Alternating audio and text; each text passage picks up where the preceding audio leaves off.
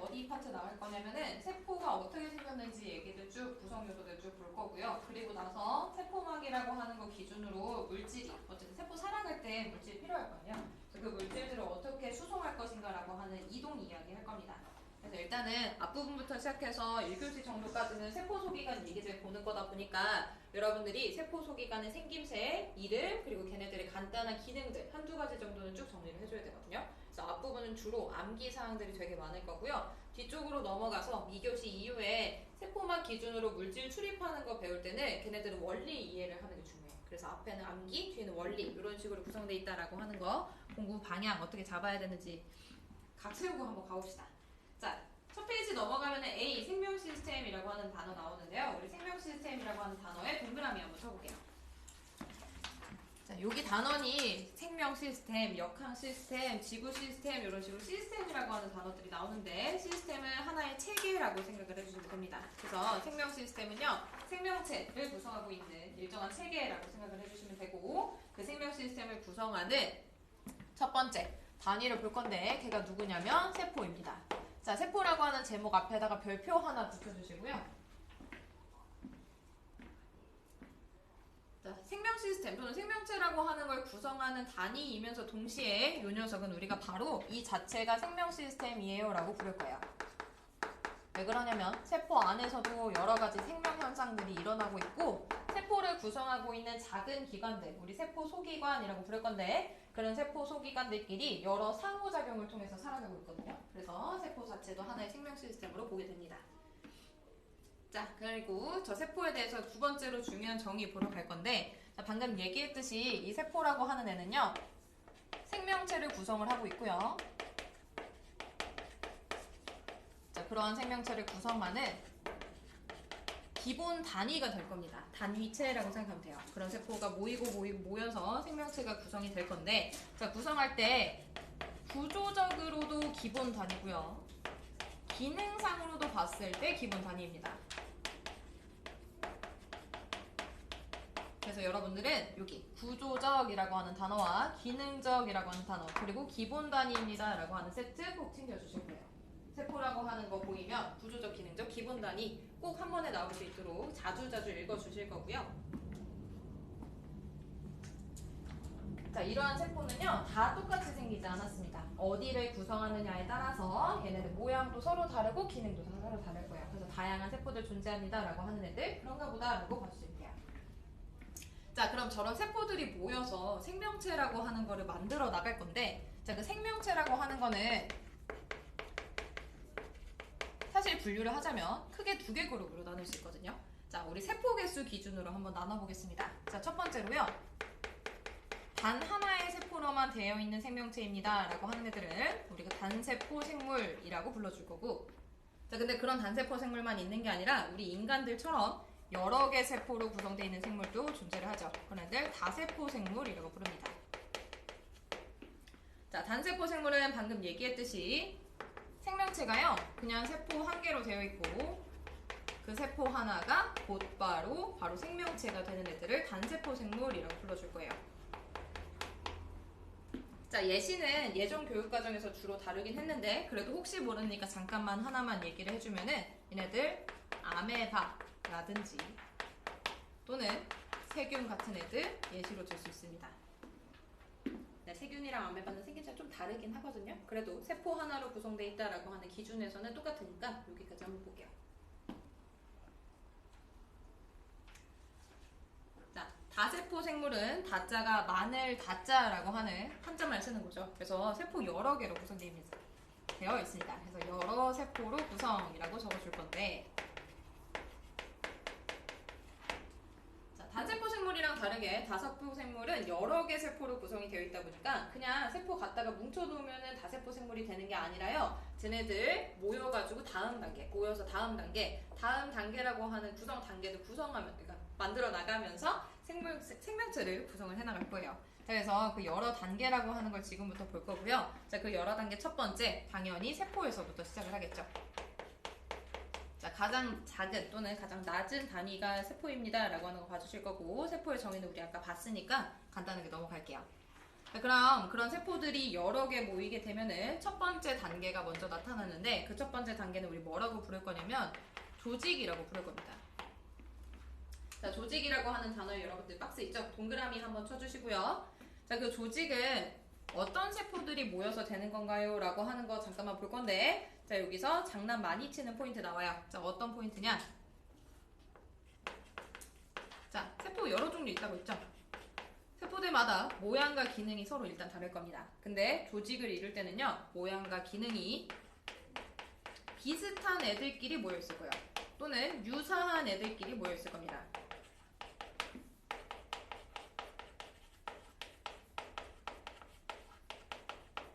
그 조직이라고 하는 단어 보이면 조직원 막 이렇게 나쁜 거 생각나잖아요. 나쁜 사람들 끼리끼리 모여 있죠. 세포도 똑같다고 생각하시면 돼요. 조직을 구성하는 세포들은 끼리끼리 모여 있구나라고 봐주시면 됩니다.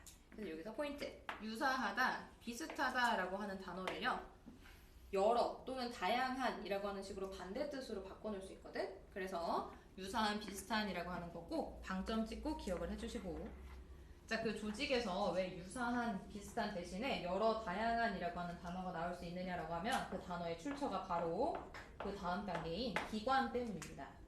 자, 조직에서 기관으로 넘어갈 거예요. 조직들이 모여서 기관을 이루게 될 건데, 자, 그 기관을 구성할 때는 어떤 조직들이 모일 거냐면요, 여기서 등장해요. 자, 여러 또는 다양한 조직이 모여서 기관을 구성을 합니다. 그래서 여러 다양한 조직의 모임이라고 정의해 줄 수 있고요. 자, 이 기관이라고 하는 단계는 우리가 익히 알고 있는 그 우리 몸속을 구성하고 있는 장기들 떠올려주면 되거든. 뭐 심장, 뇌, 폐, 소장, 대장 이런 애들 생각해 주면 되는데, 자, 그런 기관 단계에 이르게 되면은 등장하는 특징이 무엇이냐? 고유한 형태나 이렇게 모양이죠. 또는 기능을 가지게 됩니다. 그래서 조직 단계까지는 어떤 고유한 모양이나 기능이 있습니다라고 얘기를 하기는 어렵지만, 기관 단계에 이르게 되면 그들만의 형태나 기능을 가지고 있다라고 하는 특징이 붙게 되니까 이 설명도 같이 봐주시면 돼요. 알겠네. 자, 그럼 다음 단계로 그러한 기관들이 모이게 되면은 하나의 생명체라고 하는 개체가 만들어지는 거예요. 그래서 세포와 조직, 기관, 개체 순서대로 어떤 생명체가 만들어지는구나. 어디서? 다세포 생물에서라고 봐주시면 됩니다. 자, 이게 큰 흐름인데요. 자, 근데 이게 이제 큰 흐름이어서 여기까지 공부를 해도 되긴 하지만, 간혹 가다가 생명과학 1 내용을 끌고 내려오시는 사람들이 있어가지고 여러분들한테 추가적으로 요 얘기 하나만 해주겠습니다.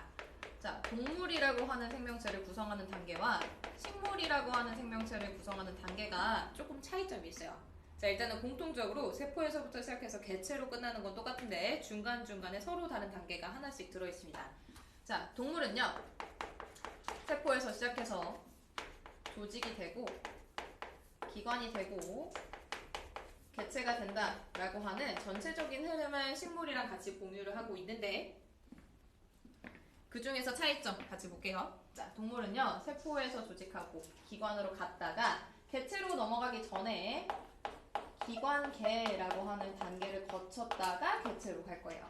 그래서 세포에서 조직, 조직에서 기관, 기관에서 기관계, 기관에서 개체 이렇게 넘어가게 될 겁니다. 그래서 제가 주황색으로 적은 요 화살표 단계가 동물을 구성하고 있는 단계라고 읽어주시면 되고요. 자, 식물도 볼게요. 자, 식물은요, 세포에서 조직 가는 거 똑같고요. 조직에서 기관으로 가기 전에 조직계라고 하는 단계를 잠깐 거쳤다가 기관이 되고 그 다음에 개체가 될 겁니다.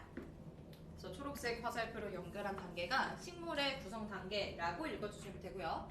동물과 식물 둘 다 우리가 지금 다세포 생물들을 관찰하고 있는 거기 때문에 여러 단계로 구성되어 있는 거 봐주는데, 조직계, 기관계 각각은 식물과 동물에서 고유하게 나타나는 단계로 구분해 주시면 돼요. 자, 이거 조직계랑 기관계에 속하는 예시들을 제가 쭉 자잘자잘하게 적어놨는데 이거 참고로만 확인해 주시면 됩니다. 지금까지 물어본 문제 단 한 번도 안 나왔어요. 자, 이렇게 생명 시스템이라고 하는 큰 그림을 우리가 먼저 살펴봤고요. 그를 구성하는 세포라고 하는 애를 이제 본격적으로 어떻게 구성되어 있는가라고 하는 걸 볼 건데, 자, 세포라고 하는 애 구조를요, 일단 크게 보겠다라고 하면, 자, 핵이라고 하는 부분과 세포막이라고 하는 부분, 그리고 그 사이에 존재하는 세포질이라고 하는 부분으로 우리가 이야기를 할 수가 있습니다. 자, 이렇게 크게 세 개로 나눌 수 있는데요. 자, 핵은 가장 중심이 되는 애들일 거고, 그리고 세포막이라고 하는 거는 세포와 세상을 구분해주는 마지막 경계선이 될 거고요. 세포질이라고 하는 애는 이 안쪽에 그냥 세포질 빈 공간으로 돼 있는 게 아니라 어떤 물질들이 가득 차 있을 건데, 우리가 지금부터 다루고자 하는 세포 안에 존재하는 소기관들 있죠. 세포 소기관이라고 하는 애들이 세포질에 위치하고 있을 겁니다.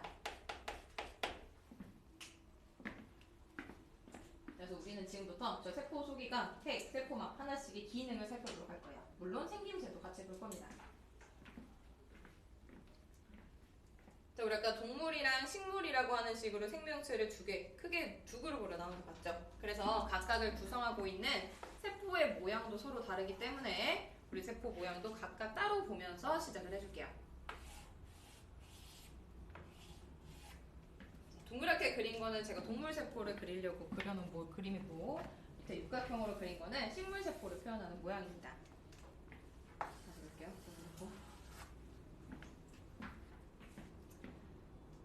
우리 밑에 그림 밑에 보면은 생명활동의 유지와 조절이라고 하는 괄호친 이름들 쭉쭉쭉 해가지고 세포 소기관들 제가 쭉 나열을 해놨는데, 그 순서를요 맨 밑에 있는 애들 먼저 볼게요. 그러면 맨 밑에 어떤 그룹 먼저 볼 거냐면 세포의 모양과 구조를 유지합니다 라고 하는 제목 있죠. 거기 그룹부터 보겠습니다. 자, 걔네들 어떤 역할을 하는 애들이냐, 방금 얘기했던 것처럼 세포의 모양과 구조를 유지해주는 애들이에요. 그런 애들에 속하는 크게 세 가지 예시가 있습니다. 첫 번째는 일단 가장 중요한 세포막. 자, 세포막이라고 하는 이름에다가 작게 별표 하나 붙여주시고요. 요거 이따가 얘네들 기준으로 물질 출입이 어떻게 될 건가라고 하는 얘기도 우리 주로 할 겁니다. 자, 세포막은 그냥 눈으로만 읽어주세요. 세상이랑 세포를 경계짓는, 그러니까 세포의 경계가 되는 막 구조물입니다 라고 하는 거 봐주실 건데, 자, 하나만 막이라고 하는 데에다가 동그라미 한번 쳐줄 겁니다. 자, 그 막에서요 이렇게 살짝 빼가지고 메모 하나만 해주자면 단일막 구조라고 하나 적어줄게요. 여기서 얘기하고 싶은 단일막이라고 하는 게 무엇이냐, 두 겹으로 되어 있는 막이 아니라 한 겹으로 되어 있는 막이야, 이 뜻이에요. 그래서 두 겹이 아니라 한 겹으로 되어 있는 세포막이라고 봐주실 거고, 얘네들의 가장 큰 역할, 세포의 형태를 유지합니다, 구조를 유지합니다 라고 하는 얘기도 있지만, 이 세포막을 기준으로 물질이 출입을 할 거거든요. 그래서 물질의 출입을 조절합니다 라고 하는 특징이 가장 큰 포인트니까 요거 기억해 주실 거예요. 세포 내외로 물질의 출입을 조절이라고 되어 있고, 이따가 배울 거긴 한데 단어 옆에다가 미리 한번 써볼게요. 자, 얘가 가지고 있는 물질, 성질, 선택적으로 통과시키는 성질이 있어요 라고 해서 선택적 투과성이라고 하는 단어 적어줄 겁니다.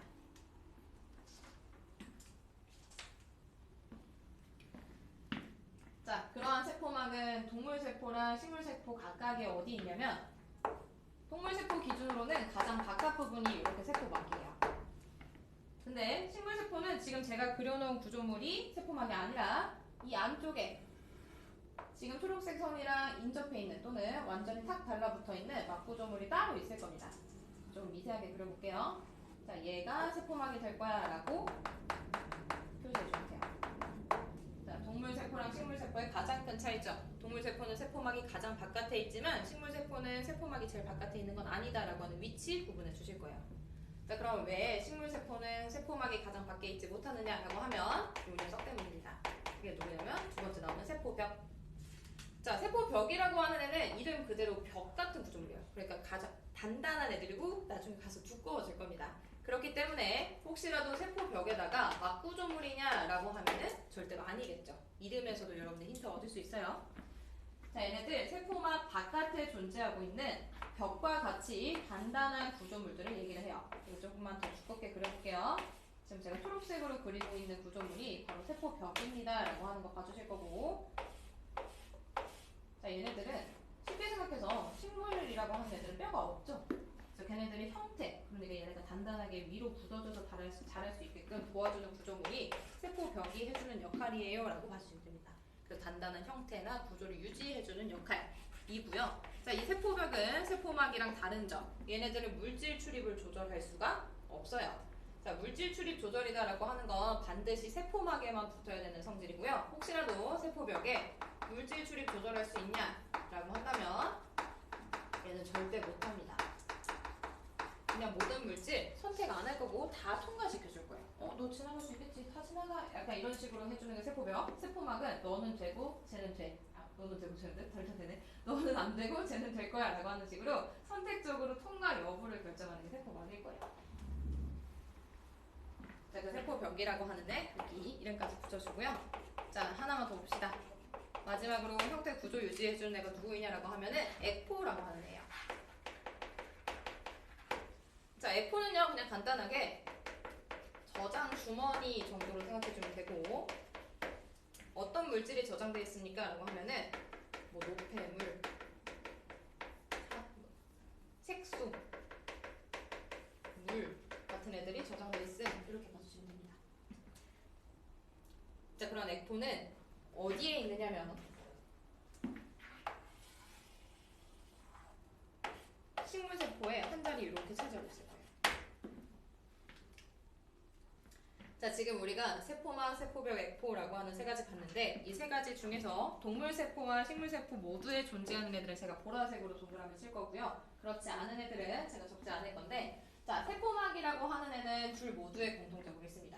대신에 세포벽과 에코라고 하는 애들은 식물세포에만 존재하고 있는 구조물이라고 별도로 기억해 주실 거예요. 동그라미는 둘 다 있는 거, 세모는 식물세포에만 있는 거.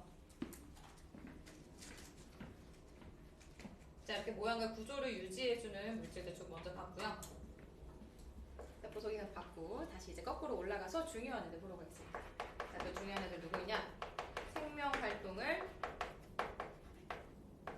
조절하는 애들이에요. 유지와 조절이라고 되어 있죠. 자, 그런 역할을 하는 애들 두 개입니다. 첫 번째로 핵이라고 하는 구조물이고요. 자, 이 핵이라고 하는 구조물이 여러분들 배우는 내용 중에서 가장 중요해요. 그래서 이름에 동그라미 쳐주실 거고 별표 3개 붙여줄 겁니다. 핵은 뭐 핵에서 뭐 어려운 문제가 나와요 라고 하는 중요성보다는 그냥 그 자체로 그냥 중요해요. 그래서 핵이라고 하는 게 중요한데, 가지고 있는 특징 볼까요? 자, 핵도요 똑같이 막으로 둘러싸여 있을 건데요. 얘가 가지고 있는 막은 어떤 막이냐면 이중으로 되어 있는 막입니다. 그러니까 두 겹으로 쌓여져 있다라고 생각하시면 돼요. 자, 왜 이렇게 이중까지 해가지고 내가 구조를 만들어야 되느냐라고 하면은 요 핵이 가지고 있는 물질이 굉장히 중요해서 그런데, 자, 핵 안쪽에 어떤 물질 들어있습니까? 라고 하면은 유전 물질을 저장하고 있습니다 라고 할 거거든요. 자, 여기서 얘기하는 유전 물질은 우리 몸을 구성하고 그 다음 세대에 대한 정보를 지니고 있는 물질들 우리 유전 물질이라고 해줄 거예요. 그래서 원래 앞 단원에서 생명체 구성물질이라고 하는 단원을 먼저 배우게 되면은 이 유전 물질이 핵산이라고 하는 녀석이고, 그 핵산은 이런 노래 제목으로 더 많이 알고 있는 애 있죠. DNA라든지 또는 그 회사본 애들 RNA라고 하는 애들을 핵산이라고 할 거예요 라고 하는 거. 자, 저장하는 역할로만 보면은 DNA가 끝이긴 한데요. RNA까지도 그냥 참고로만 적어봤습니다. 자, 저렇게 유전 물질을 가지고 있기 때문에 어떤 물질을 합성을 해내야 되는지 또는 어떤 세포가 언제 죽어야 되는지 라고 하는 생명활동 전반적인 거를 핵이 다 결정을 하게 될 거예요. 자, 그 핵도 구조물 한번 그려볼까요? 저 보라색으로 한번 그려볼게요. 자, 핵 그릴 때는 막 구조물이다 라고 하는 거 강조해서 그릴 건데, 미안해. 막이 몇 겹으로 돼 있냐면 이렇게 두 겹으로 돼 있습니다. 얘가 바로 핵이에요. 근데 그 핵은요 동물세포에만 있는 게 아니라 식물세포도 당연히 가지고 있습니다. 우리가 관찰하고자 하는 세포 안에는 모두 다 핵이 있을 거예요.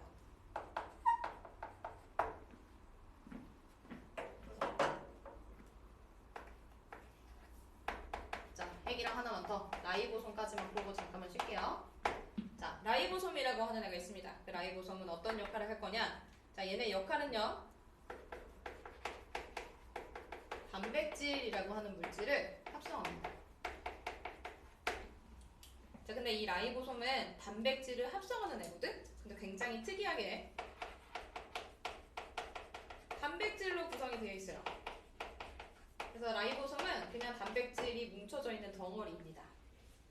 그냥 단백질이 그렇게 동글동글 뭉쳐져 있는 애들이기 때문에 막이 없어요 라고 할 거예요. 막을 가지지 않고 있는 구조물 라이보솜. 자, 라이보솜도 당연히 그림 보여줘야겠죠. 지금 제가 파란색으로 동글동글하게 그린 애들이 라이보솜이에요. 그 라이보솜도요, 세포의 종류에 관계없이 동물이든 식물이든 다 가지고 있을 겁니다.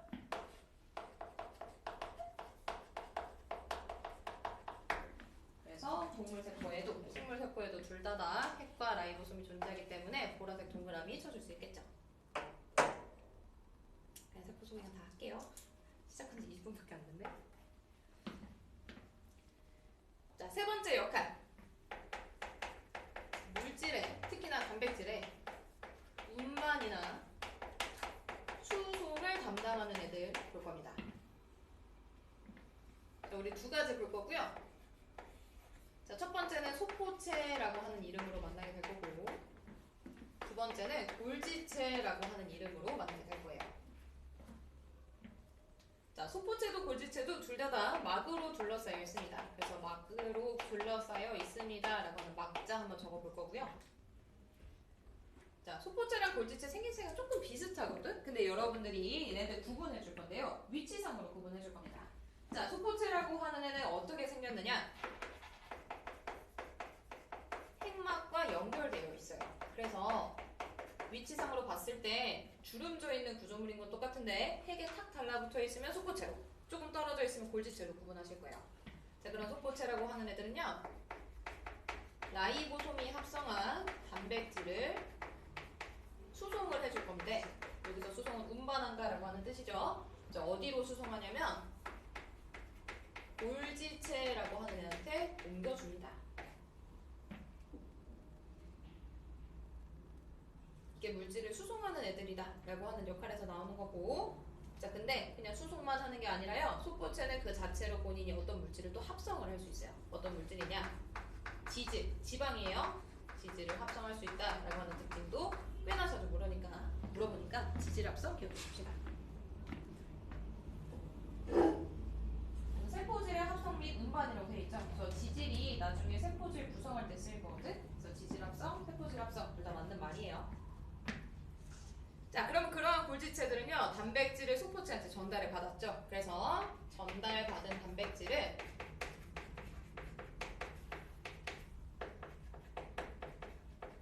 그냥 그대로 전달하고 끝이 아니라 포장해 줄 거예요. 어떻게? 가공해 주거나 변형해 줄 겁니다. 이 가공한다, 변형한다라고 하는 얘기가 우리가 배우지 않으면 잘 모르거든요. 그래서 단백질은 만들어진 그대로 전달되는 게 아니라 골지체를 거치면서 모양이나 기능이 달라질 거예요 라고 하는 거 기억을 해주실 거고요. 자, 이렇게 가공과 변형을 거친 단백질을 어디한테 전달해 주냐?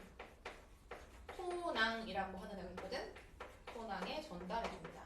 그러면 그 소낭을 세포 바깥으로 내보내거나 또는 필요한 것에 전달해 주거나 라고 하는 쿠팡 같은 역할을 해줄 거예요. 자, 그럼 저 소포체랑 골지체도 그림 한번 그려봐야겠죠.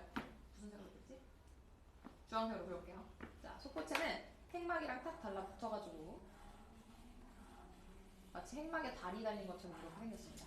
물론 하나만 있진 않고요. 여러 개 이렇게 있을 거예요. 얘가 소포체. 자, 근데 이 소포체는 동물, 식물 상관없이 미안. 모두 됐습니다.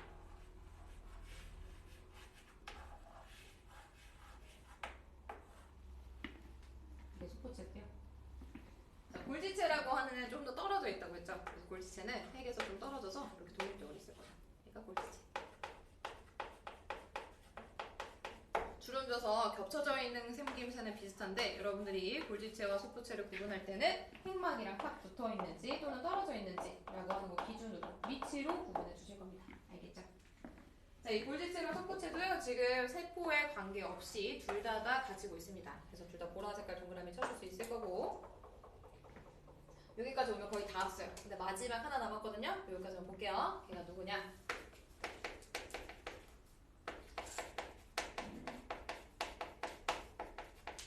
물질 대사 담당이라고 얘기해 줄 수도 있고 또는 우리 어차피 시험 범위에 속하거든요. 자, 얘네들 에너지 합성이라고 볼 수도 있습니다. 자, 이런 제목으로 묶이는 두 개의 세포 소기관이 있는데 그 첫 번째가 누구이냐? 제가 무슨 썼죠? 마이토콘드리아부터 썼네요. 자, 마이토콘드리아.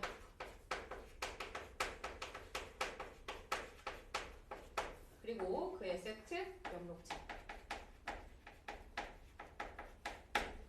자, 마이토콘드리아 염록체도요. 별표 붙이고 시작합시다. 얘네 거의 흙만큼 자주 나오는 애들이거든요. 두 개씩 한번 붙여볼게요.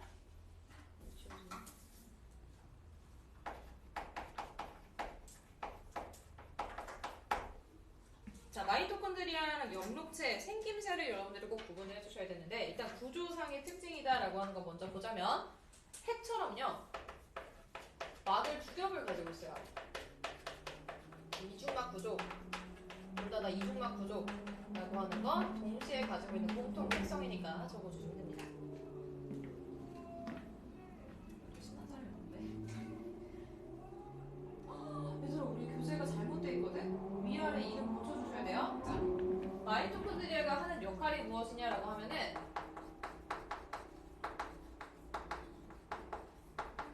세포 호흡을 담당합니다.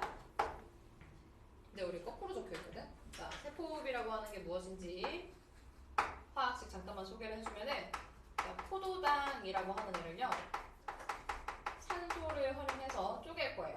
그 결과로 이산화탄소와 물이 만들어집니다.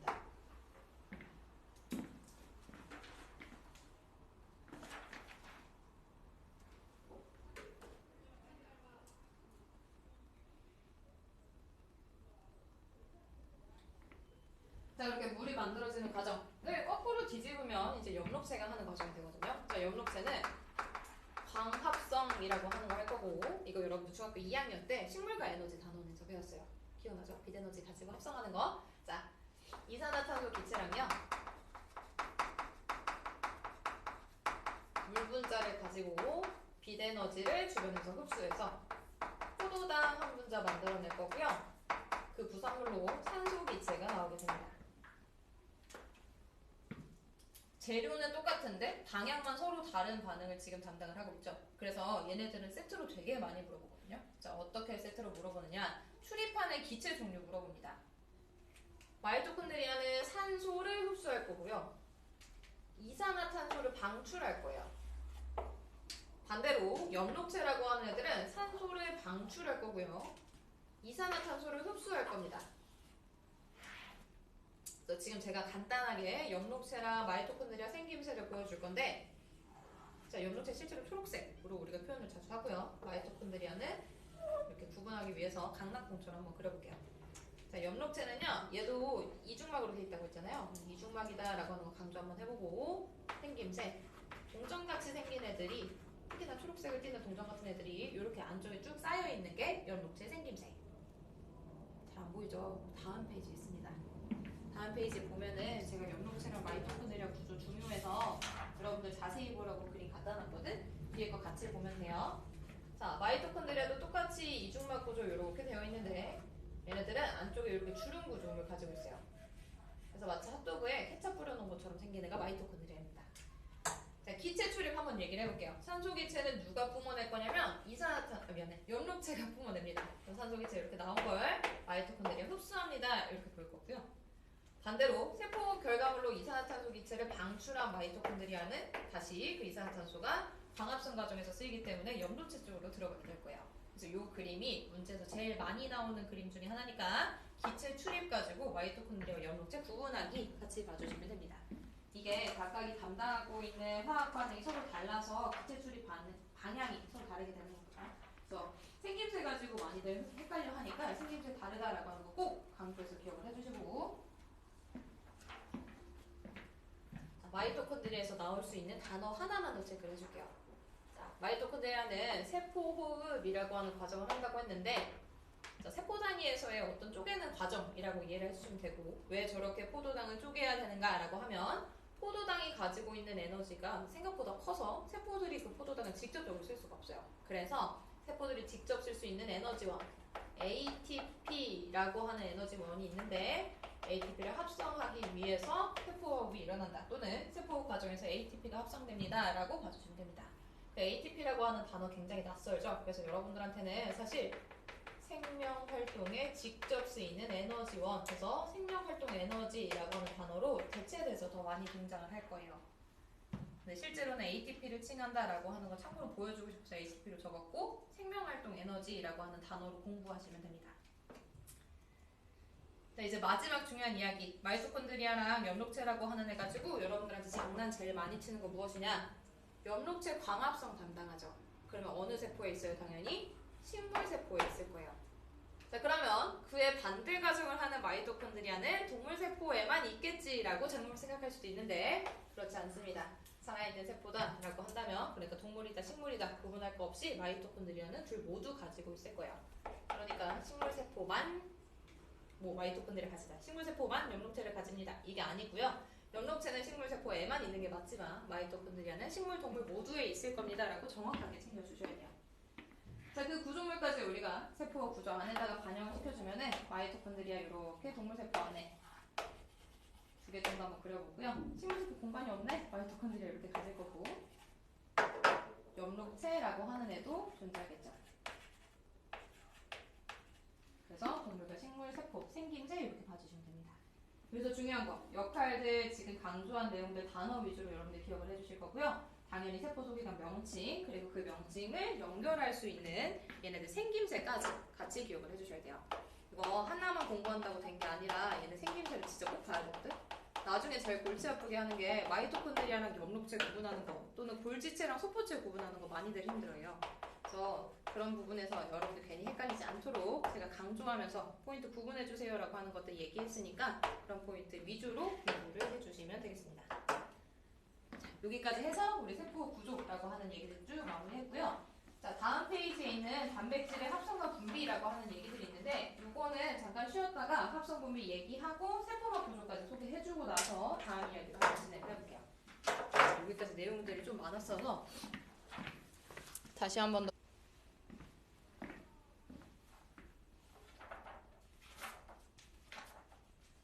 자, 얘들아 우리 다음 얘기 한번 해볼까요?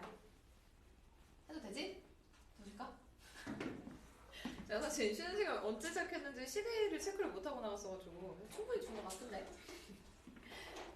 짧게 끝낼게요. 일단 세포 구조까지 얘기를 하고 그러고 나서 막 얘기로 넘어갈게. 자, 다음 페이지 넘어가 보면은 페이지 수가 없어가지고 조금 불편하긴 한데, 단백질의 합성과 분비라고 하는 얘기 밑에 나와 있는 그림 같이 봐주면 되거든요. 자, 단백질의 합성과 분비.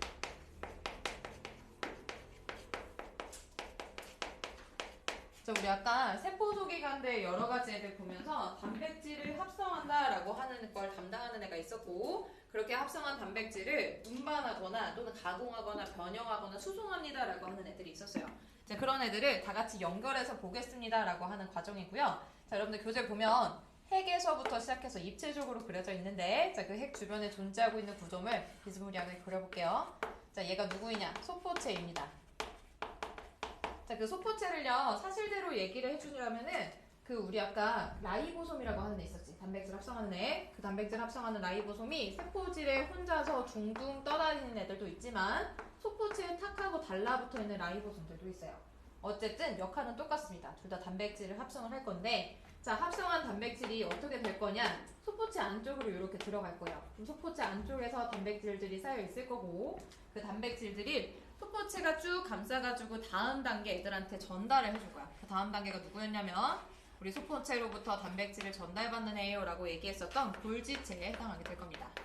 자, 그 골지체가요, 소포체가 전달을 해주는 단백질을 받아서, 자, 다음 골지체, 다음 골지체, 다음 골지체, 그런 식으로 전달도 해줄 거거든?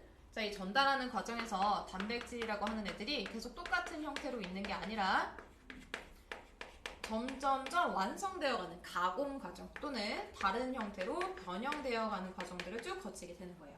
자, 그럼 얘네들이 어떤 기능을 가지게 되는 거거든? 자, 그렇게 기능을 가지게 되면 또는 역할을 가지게 되면은 그냥 내가 가지고 끝이야가 아니라 세포 밖으로 내보내는 역할들을 또 누군가가 해줘야 되는데, 그게 누구냐면 골지체였어요.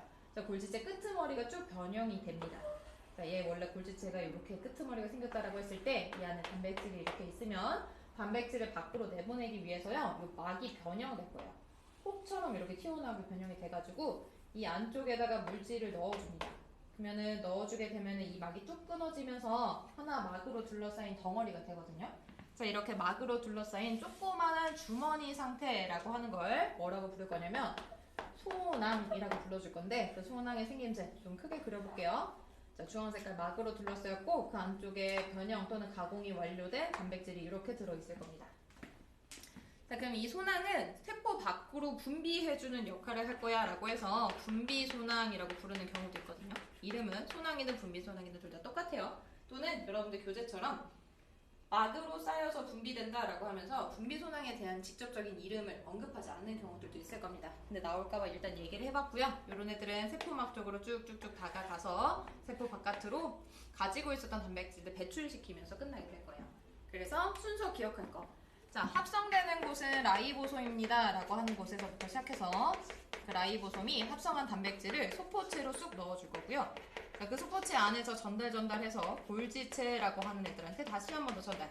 그럼 골지체는 가공과 변형을 거친 다음에 소낭에 둘러싸게 되면서 그 소낭이 세포 외부로 배출합니다 라고 하는 순서들 봐주시면 돼요. 요즘 왜 이렇게 옅은 미소를 띈 거야? 아니요. 그래서 이 순서만 잘 기억해 주시면 되고, 요거 문제 조금 어렵게 나온다라고 하면은 골지체라고 하는 거 빈칸 두고 또는 소포체라고 하는 거 빈칸 둔 다음에 각자 세포 소기관들의 역할을 물어보기도 하거든요. 그럼 역할 가지고 이름 매칭해 주는 거 좀 해주시면 돼요. 자, 여기까지 해서 우리 세포 소기관 얘기들 마무리가 되고, 자, 그 세포 소기관으로 배웠었던 애 중에 하나, 자, 세포의 가장 바깥을 둘러싸고 있는 세포막에 대한 이야기를 본격적으로 시작을 하게 됩니다. 자, 그 세포막이 하는 역할, 아까 세포 내외로 물질 출입을 조절해줘요 라고 하는 얘기들이 있었는데, 그 출입을 어떻게 조절해줄 수 있는가 라고 하는 거를 생김새를 먼저 관찰하면서 진행을 하는 거예요. 자, 세포막이라고 하는 애 구조라고 하는 거 먼저 얘기를 해주면은, 세포막은 일단 누구로 구성되어 있느냐, 인지질이라고 하는 애가 있고요. 얘만 있는 게 아니라 인지질 주변에 군데군데에 막에 박혀있는 또는 막을 구성하고 있는 단백질이에요 라고 해서 막단백질이라고 불러주는 애들이 있거든. 이렇게 인지질과 막단백질로 구성이 되어 있습니다. 자, 여기까지가 기본적인 애들이고요. 혹시라도 내가 조금만 더 공부해 보겠습니다 라고 하면 우리 교재에 있는 것처럼 콜레스테롤이라고 하는 애도 같이 얘기를 해줄 수가 있는데, 사실 메인은 인지질이랑 막단백질이니까 저기까지 공부해도 충분하긴 해요. 자, 그럼 얘는 생김새를 봐야겠죠. 자, 세포막은 사실 생김새 그림 보는 게 훨씬 더 중요한데 제가 오늘 PPT를 쓸 수가 없어서 이거 하나하나 손으로 그려야 되네요. 자, 지금 노란색으로 그리고 있는 애들은 인지질입니다. 일부러 이름이랑 같은 색깔로 그리고 있고요. 자, 인지질이라고 하는 애 반복적으로 지금 제가 그리고 있는데, 생김새 잘 보면 동그란 머리 부분이랑 막대기 2개, 동그란 거랑 막대기 2개, 이런 식으로 반복적으로 생기고 있죠. 자, 마주보게끔 제가 지금 그려주고 있는데, 인지질 하나만 골라주세요 라고 한다면 인지질은 여기 하나만 인지질이라고 부릅니다. 그 인지질 지금 옆으로 쭉 나열되고 있고 마주보고 있는 식으로 막을 구성을 하고 있는 겁니다. 자, 근데 그렇게 인지질만 있는 게 아니라요, 중간중간에 단백질로 되어 있는 어떤 구조물도 있다고 했죠. 걔네들을 우리가 막단백질이라고 불러줄 거고, 지금 지우개처럼 크게 그린 거 막단백질로 보시면 돼요. 자, 막단백질 중간에 박혀있는 거 제외하면은 다시 한 번 더 인지질들이 반복적으로 존재하는 구조물들이 나타나게 될 겁니다. 그리다 보니까 중독성이네요. 여기까지만 한번 그릴까요? 자, 지금 이거 그려놓은 거 어디를 나타낸 거냐? 아까 우리 세포 소기관 얘기할 때 동물세포 이렇게 그려냈다라고 하면은 동물세포에서 세포막 부분을요 요만큼만 떼어내서 확대해가지고 지금 관찰을 해보는 거예요. 얇은 막인데 이거 쭉 크게 확대를 해보니까 이런 식으로 구성이 되어 있구나 라고 하는 거 봐주시면 되고, 자, 저거 네모칸 친 요 녀석 하나가 인지질이라고 했잖아요. 자, 그러한 인지질이 지금 배열되어 있는 상태를 보니까 옆으로 쭉 나란하게 있으면서 그 나란하게 있는 게 마주보는 층으로 하나 더 있어요. 자, 이렇게 생긴 구조물을 앞으로 여러분들이 뭐라고 불러줄 거냐면, 인지질이라고 하는 애들이 이중으로 층을 구성하고 있어 라고 해서 인지질 이중층 구조라고 불러준 거예요.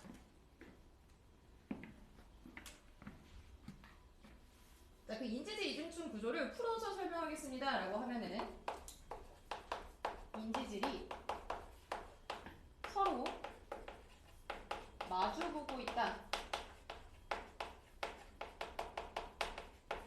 라고 보기에서 서술 표현 나올 수도 있으니까요. 서로 마주본다라고 하는 거 이중충 구조 이렇게 봐주시면 됩니다. 자, 중간중간에 박혀있는 요 녀석이 막단백질입니다 라고 하는 거 봐주시면 되고요. 자, 저 이중충 구조로 배열되어 있는 인지질 하나만 떼어서 보자면은 이렇게 동그란 머리 부분 있고요. 막대기 이렇게 길다랗게 한번 그려볼 건데 이거 이렇게 옆으로 이렇게 삐쭉 나와 있는 식으로 그려도 상관없고 일자로 그려도 크게 상관없어요. 자, 얘네 이름 볼 거예요. 이름. 자, 전체적으로 인지질이라고 부를 건데 인지질은 지질에 인이 붙어 있어서 인지질이라고 하는 겁니다. 자, 그럼 인은 어디 있느냐? 이 동그란 머리 부분에 있고요. 이 머리 부분이라고 하는 거 실제로 머리 부분이라고 부르고 머리 부분을 구성하고 있는 물질이 누군가요? 라고 하면은 아까 인산기라고 하는 애로 인이라고 생각해 주시면 돼요. 여러분들이 원소 주기율표에서 배웠었던 그 P, 인입니다. 인이랑 산소로 구성되어 있는 부분을 가지고 있는 머리 부분이고요. 자, 저렇게 머리 부분은 인산기로 구성이 되어 있기 때문에 나타나는 성질이 하나 있는데 그게 무엇이냐? 물이랑 친해요. 친수성이라고 부릅니다. 물이랑 친하면 거꾸로 기름이랑 안 친하겠죠. 그래서 물이랑 친하다라고 하는 성질, 인산기 머리 부분의 성질입니다 라고 봐주시고요. 나머지 다리 부분 또는 꼬리 부분이라고 부르는 애가 길다란 막대기인데 그 인지질 이름 중에 지질을 담당하고 있는 애들입니다. 지질 또는 지방산으로 되어 있어요 라고 얘기를 할 거고요. 쉽게 생각해서 기름이에요, 기름. 자, 그렇기 때문에 얘네들은 기름이랑 친하겠죠. 물이랑 친하지 않습니다. 그래서 소자, 소극적이다라고 할 때 그 소자예요. 그래서 소수성, 물이랑 친하지 않아요 라고 하는 성질 가지고 있는 거 지방산 때문에 나타나는 성질이구나 봐주시면 돼요. 자, 그러면 인지질이라고 하는 애가 세포막을 구성하고 있는 성분 중에 하나인데 걔네들은 친수성 부분도 가지고 있고 소수성 부분도 가지고 있어요. 자, 이런 성질 때문에 세포막이라고 하는 애가 어떻게 어느 환경에서 잘 살게 되느냐라고 하면은 자, 세포로 구성되어 있는 또는 세포막이 쭉 둘러싸여 있는 세포는요 어디 있냐면 주변에 물이 가득 차 있는 환경에서 살고 있을 거예요. 실제로 우리 인체를 구성하고 있는 대부분 7% 이상이 물이거든요. 그 물이랑 쭉 맞닿게 되고 있는 게 그 세포막들인데 그 세포막 우리 아까 자세히 살펴보면은 인산기라고 하는 게 물 쪽으로 인산기라고 하는 게 바깥쪽으로 이렇게 뻗어 있죠. 그래서 바깥 환경이 물이 많기 때문에 물이랑 친한 인산기 부분이 바깥을 쳐다보고 있는 거고요. 하나 더 걔랑 마주 보면서 다시 한 번 더 물이랑 친한 부분이 세포 안쪽으로 들어가 있는데 세포 안쪽을 채우고 있는 것도 대부분 물들입니다. 그래서 친수성기들은 세포 바깥과 안쪽을 마주보고 있을 거예요 라고 하는 거 봐주시고 그렇지 않은 소수성 부분들은 세포막의 내부를 구성하고 있구나 라고 봐주시면 됩니다. 근데 저 세포막의 내부를 구성하고 있는 요 소수성 부분 있잖아요. 지금 그림으로 봤을 때 여러분들이 크게 와닿지 않을 수도 있긴 한데요. 친수성기는 사실 이렇게 대다 조그맣고 소수성기가 이렇게 길어요. 그래서 사실대로 얘기를 해주면은 세포막이라고 하는 전체를 봤을 때 친수성 성질은 굉장히 작습니다. 그래서 만약에 내가 어떤 물질이고요. 그 물질을 세포막을 통해서 통과시키고 싶다라고 하면은 물이랑 친한 애들은 여기 다 기름이랑 친한 부분이지. 그래서 여기를 통과하지 못할 거예요. 대신에 물이랑 친하지 않고 기름이랑 친한 애들은 전부 다 기름 부분이죠. 그래서 통과할 수 있을 겁니다. 이런 식으로 세포막이 가지고 있는 성질 때문에 어떤 물질은 통과할 수 있고 어떤 물질은 통과를 못하게 되는데 그런 성질을 우리가 뭐라고 부르냐? 그림 밑에 2번 있죠? 세포막의 선택적 투과성이라고 부릅니다. 자, 여러분들 그 2번에 별표 하나 쳐주시고요. 미안해. 선택적 투과성이라고 하는 단어 아주 단골로 나오는 단어니까요. 이거 꼭 챙겨주세요. 자, 선택적 투과성 정의 다시 한 번 더 얘기를 해볼게. 자, 얘네들은 무엇이냐? 물질의 종류 또는 성질에 따라서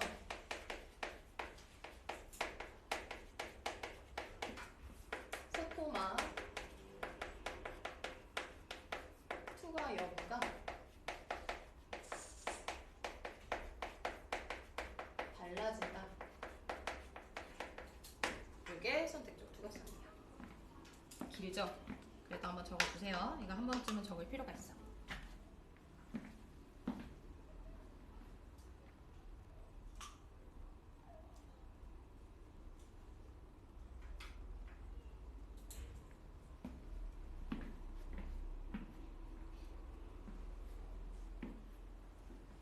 자, 이렇게 어떤 물질은 통과할 수 있고 어떤 물질은 통과를 못하다 보니까 이 선택적 투과성 때문에 나타나는 세포막의 기능입니다 라고 했던 게 아까 얘기했었던 물질의 출입을 조절한다 라고 하는 얘기예요. 우리가 방금 보고 왔죠. 그래서 선택적 투과성이라고 하는 성질을 세포막이 가지고 있어서 물질 출입이 조절됩니다 라고 봐주면 됩니다. 자, 근데 저 물질 출입이 세포막을 통과하지 못하게 되면은 영원히 세포 안쪽으로 못 들어오고, 세포막을 통과할 수 있으면 영원히 들어올 수 있다 보니까 어떤 물질은 영원히 내가 안쪽으로 들어보내지 못할 수도 있죠. 그래서 그 역할을 보완해주는 애가 누구이냐라고 하면은 방금 봤었던 여기 막단백질이에요. 그래서 여러분들은 물질 통과에 대한 얘기를 할 때요, 두 가지로 나눠서 볼 겁니다. 자, 첫 번째로는 세포막을 직접 통과하는 물질 하는 그룹이 하나 있을 거고요. 또는 직접 통과하지 못해서 막단백질을 통해서 통과하는 물질이라고 그룹을 크게 둘로 나눠가지고 관찰을 해줄 거예요. 자, 요거 제가 교재에 적어놨어요. 그래서 인지질 이중층을 직접 통과하는 물질 또는 인지질 이중층을 잘 투과하지 않는 물질이라고 적어놨습니다. 자, 여기서 표현하고자 하는 세포막이라고 하는 거는 방금 얘기했듯이 인지질 이중층을 얘기해요.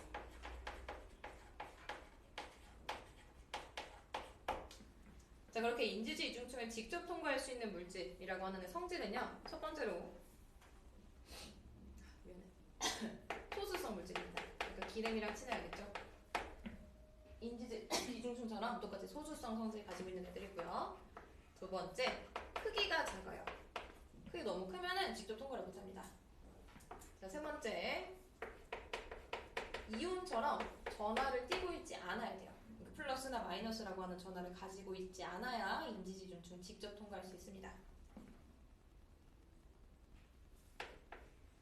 자, 근데 이 세상에 저런 물질만 존재하지 않겠죠. 전하를 가질 수도 있고요, 크기가 클 수도 있고 물이랑 친할 수도 있습니다. 그렇게 세포막 또는 인지질 이중층을 직접 통과하는 물질의 성질에 정반대 성질을 가지고 있는 애들은 다 막단백질의 도움을 받아서 통과를 하게 될 거예요. 그래서 친수성 물질이라든지 또는 크기가 큰 물질이라든지 또는 이온들처럼 전하를 가지고 있는 물질이라고 한다면 이 녀석들은 막단백질을 통해서 세포 안쪽으로 들어오거나 나가거나 왔다 갔다 할 거예요. 이렇게 나뉘게 된다라고 하는 거 봐주실 거고, 자, 여기까지 보면 이제 물질 출입에 대한 얘기들을 여러분들 전반적으로 다루게 되는 건데, 자, 세포막이 가지고 있는 성질 하나만 더 추가적으로 봅시다. 그게 누구이냐? 인지질 이중층 구조예요 라고 하는 단어 조심할 거 있는데요. 자, 이중층이죠. 많이들 헷갈려하는 거. 아까 우리 핵, 마이토콘드리아, 그리고 엽록체라고 하는 애들 이중막 구조물입니다 라고 배웠거든요. 자, 이중막이랑 이중층이랑은 전혀 관련 없어요. 괜히 연결하지 마세요.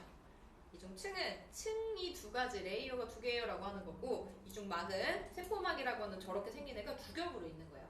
그래서 아예 스케일이 다르죠. 이중막 구조와 이중층 구조 섞어서 쓰지 않도록 조심해 주시고요. 자, 이거 심화 내용 또 하나 하겠습니다. 자, 심화 내용 무엇이냐? 세포막 성질 중에 하나인데, 세포막이 가지고 있는 성질 중에 하나요, 유동성이라고 하는 성질이 있습니다 라고 얘기합니다. 유동성, 또 한자말이에요. 있을 유자고요, 움직임 동자고 성질 성자예요. 움직임이 있는 성질이라고 얘기를 하는데, 그 세포막의 유동성이 무엇을 얘기를 하느냐? 자, 세포막이요, 인지질이랑 막단백질로 구성이 되어 있는데, 저 인지질이랑 막단백질이 저 자리에 항상 고정이 되어 있는 게 아니라 되게 유들유들, 야들야들한 구조여가지고 쟤네들 막 위치 바꿔가면서 움직이게 됩니다.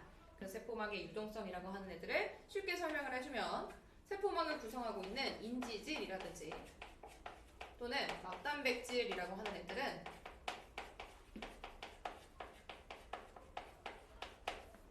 고정적이지 않다.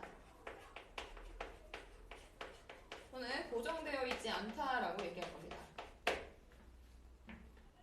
그래서 움직일 수 있어요 라고 하는 특징이에요. 그 자리 한 자리에만 딱 멈춰 있는 게 아니라 얘네들 움직일 수 있습니다 라고 하는 게 유동성. 자, 그 유동성을요 실제로 확인한 실험이 있어가지고 여러분이 이해해야 하는 용도로 잠깐만 보고 갈 건데, 자, 2페이지 넘겨보면 오른쪽 3페이지만 더 넘겨주세요. 하나 더 넘기면 오른쪽 페이지에 세포막의 유동성 입증 실험이라고 있거든. 2장 넘기면 한 장 더 넘겨볼까? 시원아? 네. 자, 오른쪽에 보면 세포막의 유동성 입증 실험 있죠. 자, 첫 번째, 막단백질도 움직임이 있고요. 인지질도 움직임이 있어서 실험 2가지를 통해서 쭉 확인을 해줄 겁니다. 자, 그림 좀 징그럽게 생겼지만 좀 볼게요.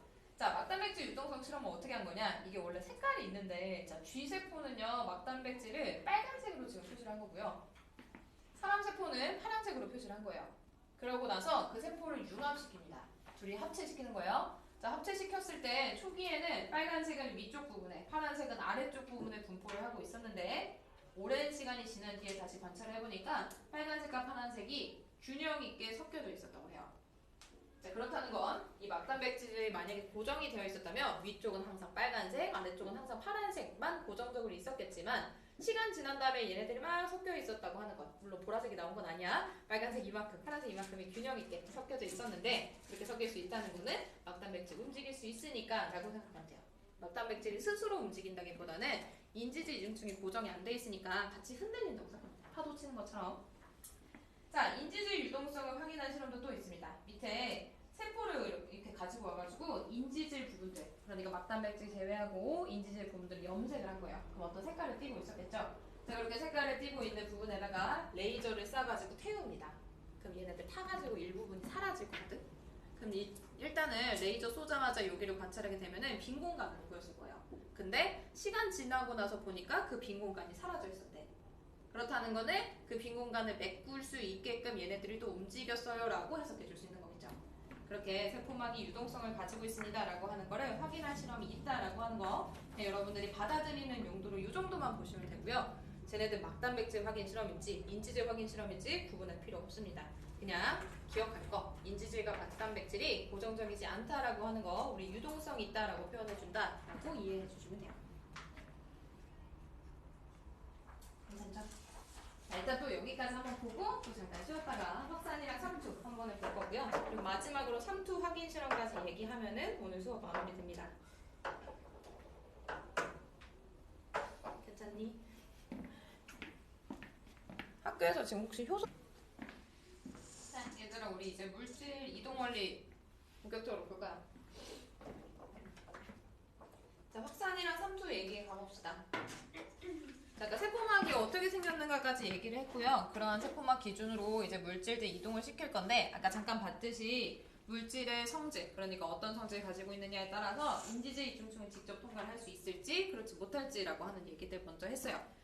자, 그렇게 세포막 기준으로 물질이 이동을 할 때 2가지 큰 원리로 우리가 얘기를 해줄 수가 있는데, 첫 번째 원리는 확산이라고 하는 방법입니다. 자, 이 확산이라고 하는 방법은요, 일단 막을 통해서 우리가 이동하는 거 보긴 할 거지만, 일단 확산 무엇인지 큰 그림부터 보고 시작을 하자면, 자, 크게 3가지 특징들 볼 수 있거든요. 첫 번째로 물질이 어디서 어디로 갈 것인가 라고 하는 방향 먼저 얘기를 할 수가 있는데, 자, 이 확산은요, 물질이 이동을 할 때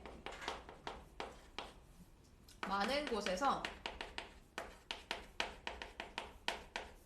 적은 곳으로 물질 자체가 이동을 하게 될 겁니다. 자, 저렇게 물질이 많은 곳은 우리가 농도 표현을 했을 때 고농도, 그러니까 농도가 높은 곳이라고 얘기할 수 있고요. 물질이 적은 곳은 저농도라고 얘기할 수가 있겠죠. 그래서 고농도에서 저농도 쪽으로 이동하는 걸 우리가 확산이라고 얘기를 할 거고, 우리가 관찰하고자 하는 확산은 세포막 기준으로 왔다 갔다 할 거예요. 세포막 기준으로 물질이 많은 쪽에서 적은 곳으로 이동하는 거 우리 확산으로 봅니다.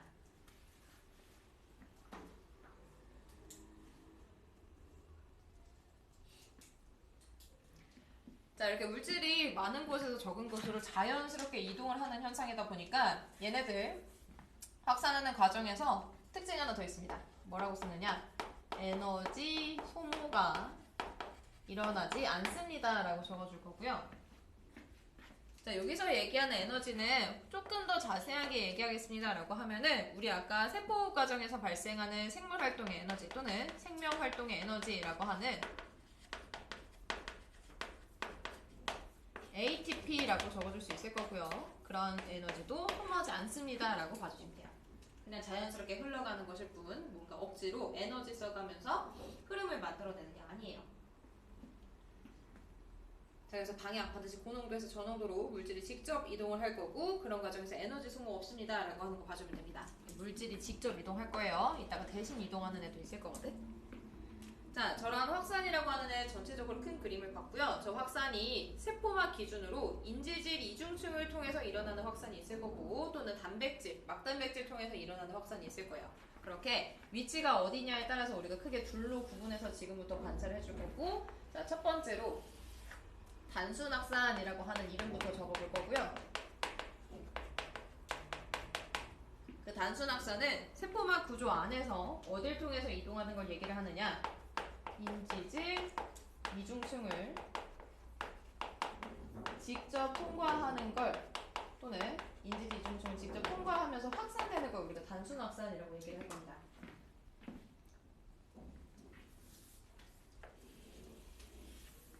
자, 근데 모든 물질이 인지질 이중층을 직접 통과하지 못했죠. 그렇지 않고 막단백질을 통해서 확산하는 걸 우리가 촉진 확산이라고 얘기를 해줄 거고요. 위치 방금 얘기했듯이 막단백질을 통해서 이동하게 됩니다. 투과 또는 통과 둘 다 상관없어요.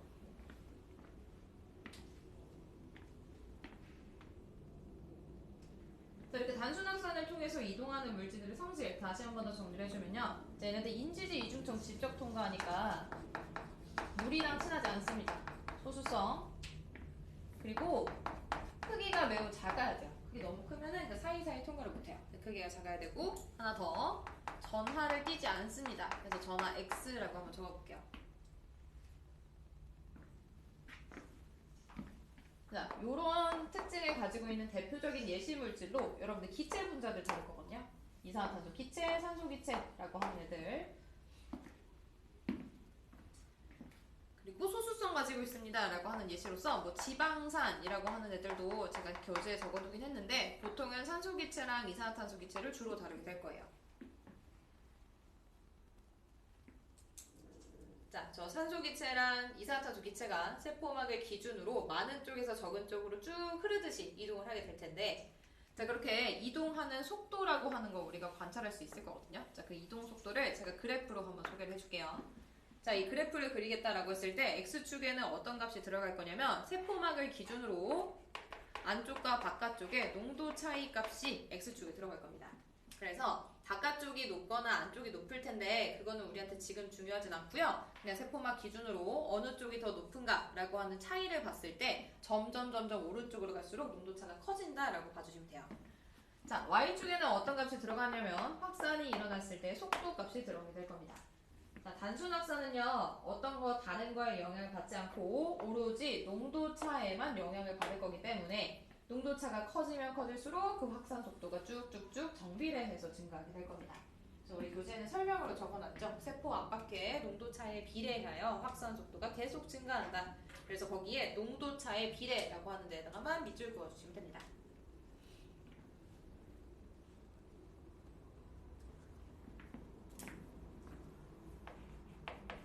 자, 이렇게 단순 확산이 실제로 우리 생체 내에서 일어나는 예시가 누가 있나요? 라고 하면은 우리 허파를 구성하고 있는 세포, 폐포 또는 허파과리라고 배운 애가 있거든요.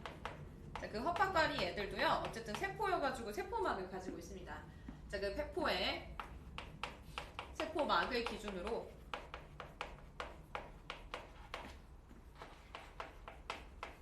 산소 기체랑 이산화탄소 기체, 기체들의 교환이 일어나게 되는데요.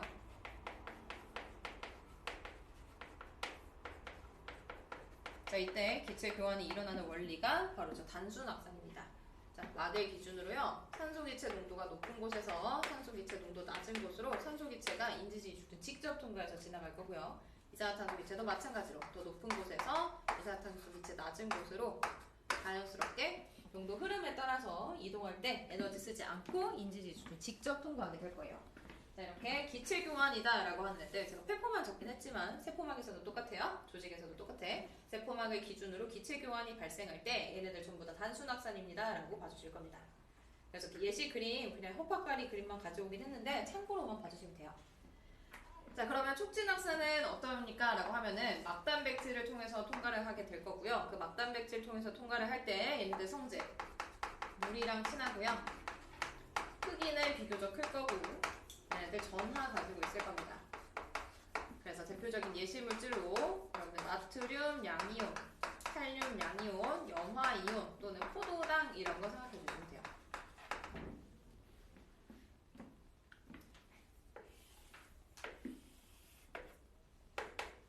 자, 촉진학산도 발생할 때 어떤 속도 그래프가 그려지게 되는데 X축, Y축은 똑같아요. 우리 왼쪽에서 봤었던 농도차와 확산 속도라고 하는 값으로 두 값을 우리가 표현을 해줄 건데 자, 촉진학산은요 농도 차이만 영향을 미치진 않습니다. 그래서 조금 독특하게 그래프가 그려져요. 자, 어떻게 그려지냐? 자, 처음에는 일단 점점 농도 차이가 커짐에 따라서 속도가 증가를 해. 그러다가 더 이상 증가하지 못하고 일정한 그래프 이렇게 그려낼 거거든.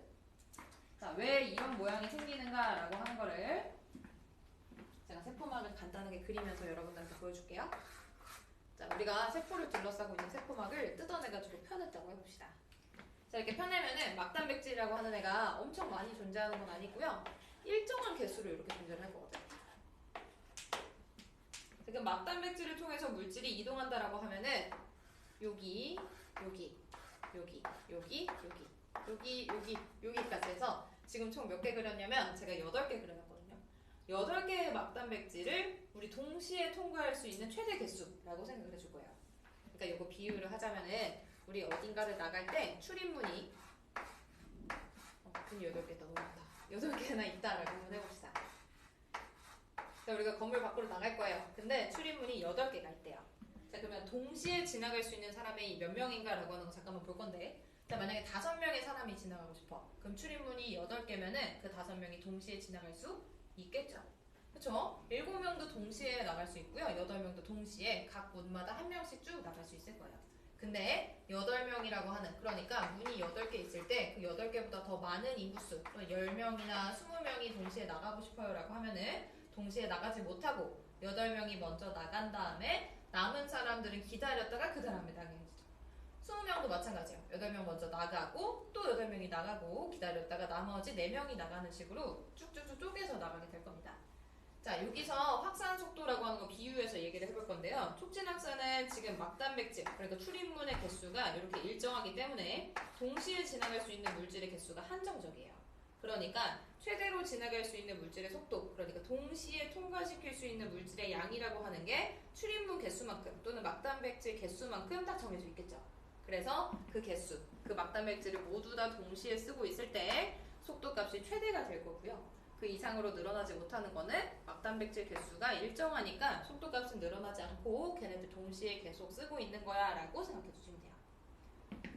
그래서 일정한 속도 구간이 등장한다 라고 하는 원리 이해만 해주시면 됩니다. 자, 그럼 마지막으로 이러한 촉진확산의 예시가 누가 있는가 라고 하면은 이 예시는 요거 있어요. 자, 신경세포라고 부르는 뉴런 있습니다. 자, 얘네도 세포여가지고 막을 가지고 있는데 신경세포에서 신경이라고 하는 자극을 막 전달을 할 때요. 나트륨이라고 하는 이온이랑 칼륨이라고 하는 이온들이 막을 통해서 왔다 갔다 해야 돼요. 얘네들의 이동 원리가 우리 지금 봤었던 막단백질 통해서 이동하는 촉진확산이라고 하는 예시 하나만 기억을 해주시면 되고요. 자, 촉진확산이랑 단순확산이라고 하는 애 서로 차이점을 가지고 있기 때문에 반드시 비교하는 문제 여러분들한테 등장을 시킬 거고 가장 많이 비교하는 구간이 이 그래프예요. 자, 이 그래프 제가 따로따로 그려두긴 했지만 우리 교재는 세트로 나와 있습니다. 그래서 실제로 그래프만 띡 하고 줄 거거든. 자, 다음은 확산 A와 B에 대한 그래프입니다 라고 하는 식으로 하나는 직선으로 쭉 증가하는 거, 다른 하나는 급격하게 증가하다가 일정한 그래프 그리는 확산 이렇게 있을 때 자, 일정하게 쭉 증가하는 애들은 단순 확산으로 여러분들이 바로 결정해 주시면 되고요. 급격하게 증가하다가 일정한 그래프 그리는 애들은 아, 막단백질 통해서 이동하는 촉진 확산이구나 라고 이름 매칭해 주시면 됩니다. 그래서 그래프 가지고 속도 그래프 가지고 비교시키는 거 반드시 등장할 테니까 이 그래프 모양까지 꼭 봐주시고요. 어떤 물질들인지 어떤 물질이 각각 막단백질을 통해서 인지질 이중층 통해서 이동할 수 있는지 구분 잘 해주시면 돼요. 자, 여기까지 해서 확산 얘기를 했는데요. 자, 확산이라고 하는 방법으로만 물질이 출입하는 게 아니라 얘랑 같이 등장하는 거, 삼투라고 하는 현상도 여러분들 같이 봐주셔야 됩니다. 일단 삼투까지 쭉 이어서 볼게요. 자, 삼투도요. 우리가 확산 처음에 얘기했듯이 삼투라고 하는 현상이 가지고 있는 성질 먼저 한번 정리를 해볼게요. 자, 삼투. 자, 삼투도 방향이랑 누가 이동하고 에너지 쓰는지 안 쓰는지 이렇게 한번 봅시다. 자, 삼투는 방향부터 얘기를 해줘요. 삼투는요. 어떤 물질이 적은 곳에서 많은 곳으로 물질 대신에 누가 이동을 해줄 거냐면 물이라고 하는 용매가 이동을 해줄 겁니다. 자, 그럼 이거 농도를 다시 한번 얘기를 해볼게요. 자, 저농도에서 고농도로 녹아져 있는 용질이 직접 이동을 하는 게 아니라 물이 대신해서 이동을 해주는 거예요. 자, 그러면 물의 입장에서 다시 한 번 더 농도를 표현해 보겠다라고 하면 농도가 낮은 쪽은 녹아져 있는 용질인 건더기는 적지. 근데 대신에 물은 많죠. 그쵸? 그러면 농도가 높은 것은 녹아져 있는 건더기는 많지만 대신에 물은 적어요. 그러면 저농도 쪽에서 고농도 쪽으로 물이 직접 이동합니다 라고 하면 물이 많은 데에서 적은 쪽으로 갔습니다 라고 하는 확산의 원리랑 똑같죠. 그래서 실제로 삼투를 여러분들이 어떻게 이해를 해줘도 되냐면 다른 물질은 아니고 물이라고 하는 애들의 확산이야 라고 해서 물의 확산으로 이름 불러줄 수도 있어요. 어쨌든 뭔가가 많은 곳에서 적은 곳으로 이동한다 라고 하는 건 똑같습니다. 근데 누구 관점에서 있느냐의 차이가 생기는 거예요. 자, 얘네들도 마지막 성질 에너지 소모하지 않습니다. 당연히 ATP 형태로도 안 쓰겠죠. 자연스럽게 이동하는 현상이어서요. 우리 에너지 소모 필요 없어요. 자, 삼투라고 하는 현상을 여러분들한테 소개를 해줄 때는 대표적으로 실험 두 가지가 나오는데 그 첫 번째가 우리 교재 바로 보이는 U자관 실험입니다. 자, 유리관 하나를 쓸 건데요. U 모양과 같이 생겨가지고 U자관이라고 불러주는 거고요. 자, 그 U자관 실험 같이 한번 해볼게요. 자, 이렇게 U자 모양의 실험관을 준비를 하고 중간에 막을 하나 설치를 해요. 자, 여기다가 이렇게 막을 설치를 해. 자, 이 막은요. 세포막이어도 되고요. 또는 세포막을 내가 보지 못했어 라고 하면 세포막과 같은 성질 가지고 있는 인공막 가지고 오면 되는데 반투과성막이라고 부릅니다. 그러니까 투과를 반만 할 거야. 선택적 투과할 거야. 이렇게 읽어주시면 돼요. 자, 이런 막을 준비를 해주고 자, 그렇게 막을 준비를 한 다음에 양쪽에 용액을 만들 거예요.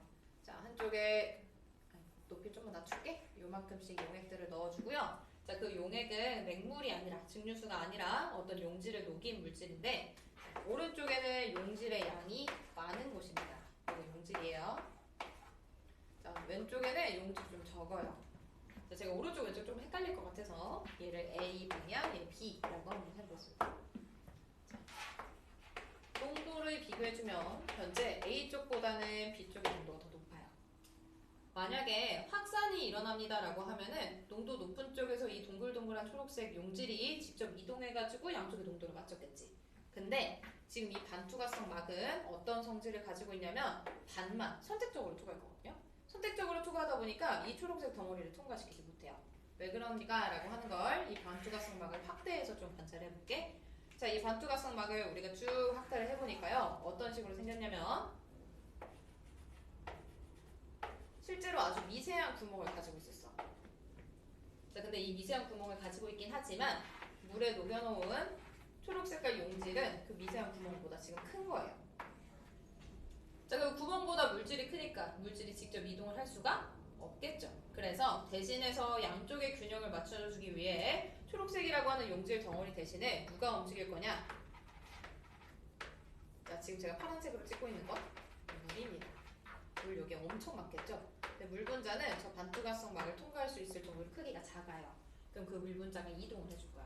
자, 그 물 분자가 어디에 더 많죠? 라고 하는 거 다시 한번 생각해 볼 건데 자, 농도가 낮은 쪽에는 용질의 양이 적지만 물이 대신에 많은 겁니다. 그래서 물이 이동을 하는 방향이다 라고 하면 농도 적은 A 쪽에서 농도 큰 B 쪽으로 물이 활발하게 움직일 거예요. 자, 근데 물이 항상 적은 쪽에서 많은 쪽으로, 그러니까 고농도에서 저농도에서 고농도 쪽으로만 움직이는 게 아니라 이 물은 아주 적은 양들은요 반대로 움직이는 애들도 실제로 존재를 하긴 해. 요 실제로 존재하고 있는 애들의 존재를 여러분들 꼭 기억을 해주실 거예요. 자, 처음에는 어떤 상태냐? 농도 차이가 굉장히 크죠. 그래서 적은 쪽, 농도가 낮은 쪽에서 농도가 높은 쪽으로 움직이는 물의 이동량이 훨씬 더 많은 거예요. 하지만 농도 높은 쪽에서 낮은 쪽으로 가려고 하는 애들도 있기는 해. 근데 저농도에서 고농도 쪽으로 물 분자들이 막 넘어오게 되면은 점점 B 쪽의 농도는 낮아지게 될 거고 A 쪽의 농도는 높아지게 되겠죠. 그럼 둘 사이에서의 차이가 점점 줄어들 거야. 자, 줄어들다 보면은 이 빨간색으로 표시를 했던 물의 이동량이라고 하는 게 점점점 짧아지겠죠. 자, 짧아지면서 동시에 누가 같이 커질 거냐? 반대 방향으로 이동하고 있던 애들의 양이 늘어나게 될 거예요. 차이가 크다 보니까 반대쪽에서 막 밀어내려고 하는 힘이 작아지니까 오히려 나는 커질 수 있어. 약간 이런 식으로 늘어나는 거거든. 자, 그렇게 늘어나다 보면은 왼쪽에서 오른쪽으로 가려고 하는 물의 이동량과 오른쪽에서 왼쪽으로 가려고 하는 물의 이동량이 완벽하게 똑같은 상태에 이르게 됩니다. 그러니까 왼쪽에서 오른쪽으로 100개만큼 물 분자가 오고 있을 때 같은 개수만큼 반대 방향으로 다시 가고 있는 거예요. 그러면 전체적인 농도로 보면 내가 100개를 받았다가 100개를 다시 뱉었어. 그럼 내 농도는 변해 안 변해요? 안 변하겠죠. 자, 반대쪽도 자 100개를 받았다가 100개를 뱉었어. 그런 식으로 같은 물 분자 개수로 움직일 수 있다라고 하는 건 양쪽의 농도도 어떤 상태인 거야? 똑같은 상태인 거죠. 자, 이렇게 물 분자 이동량이 양방향에서 똑같은 상태를 우리가 뭐라고 부를 거냐면 농도 평형 상태라고 부를 거고요. 자, 이 평형 상태 단어가 좀 응용 버전이 많거든? 자, 하나만 더 기억할게요. 자, 이 평형이라고 하는 상태를 보면은 물의 이동이 없지 않죠. 움직임이 계속 있죠. 그래서 움직임이 있는 평형 상태예요 라고 해서 동적 평형 상태라고 불러줄 거고요. 동적 평형 상태는 언제 도달할 수 있느냐라고 하면 농도가 양쪽에서 같아졌을 때 동적 평형 상태에 이르게 됩니다. 그래서 A관 쪽이랑 B관 쪽이랑 농도가 지금 같아지게 되면 그때를 우리가 동적 평형 상태예요 라고 얘기를 할 거고요. 자, 그렇게 양쪽으로 움직이는 물 분자 개수가 똑같으면 자, 수면, 물의 높이라고 하는 거 볼 거거든. 자, 물의 높이를 봅시다. 자, B쪽은 물을 쭉 받아냈으니까 올라갔겠죠. A라고 하는 애는 물을 뱉어냈으니까 수면의 높이가 낮아졌을 거예요. 자, 동적 평형 상태. 그러니까 양쪽의 농도가 똑같아졌어. 그러면 물 분자 이동량이 양쪽에서 똑같잖아요. 그러면은 수면의 높이가 높아지거나 낮아지거나라고 하는 변화가 더 이상 없겠죠. 그래서 이렇게 농도가 같아졌을 때라고 하면 수면의 높이 변화도 더 이상 없을 겁니다. 수면의 높이 변화가 있으려면 내가 받은 것보다 더 많이 내놓거나 또는 내놓은 것보다 더 많이 받아야지 높아지거나 낮아지거나 할 텐데 쟤네들은 똑같은 개수만큼 왔다 갔다 하고 있으니까 수면의 높이 변화도 없는 거예요. 자, 이렇게 상추현상 안에서는 농도 평형 상태 또는 동적 평형 상태라고 하는 거 꼭 기억을 해주실 거고, 자, 이때 기억할 거. 물 분자의 움직임이 평형 상태 또는 농도가 같아졌을 때 있는가 없는가라고 하는 거 꼭 물어볼 거거든요. 자, 그냥 평형 아니죠. 동적 평형입니다. 물 분자 계속 열심히 움직이고 있는데 마치 바깥에서 멀리서 관찰했을 때 물 분자 움직임이 없는 것처럼 보일 뿐이에요. 알겠죠? 안쪽에서 계속 물 분자가 똑같은 개수만큼 이동하고 있다라고 하는 거 기억을 해주시고, 이렇게 농도 같아진 지점에서도 물 분자 이동을 활발하게 일어나고 있다라고 하는 거 많이 함정으로 파는 내용 중에 하나니까 이거 세트로 꼭 정리를 해주실 겁니다. 알겠죠? 꼭 반두가승막 기준으로 얘기를 해야 돼요. 그래야 3투 현상이 일어날 수 있어. 자, 여기까지 3투에 대한 원리 쭉 한번 소개를 해봤고요. 자, 그렇게 3투 현상이 일어나는 일상생활에서의 예시를 보겠다라고 하면은 밑에 있는 문장들 한 번만 읽어주시면 됩니다. 콩팥에서 물의 재흡수, 배추를 소금에 절이는 현상, 식물의 뿌리의 물 흡수, 과한비료에 의한 식물의 말라 죽음 이런 것들이 있는데, 두 번째, 배추를 소금에 절이는 현상, 그거 좀 더 어려워요. 그래서 배추 소금에 절이면 소금이 실제로 세포막을 통과하기에는 너무 커서 물 분자가 밖으로 빠져나가는 거예요. 그래서 배추가 쭈글쭈글쭈글해지겠지. 그게 이유가 무엇이냐?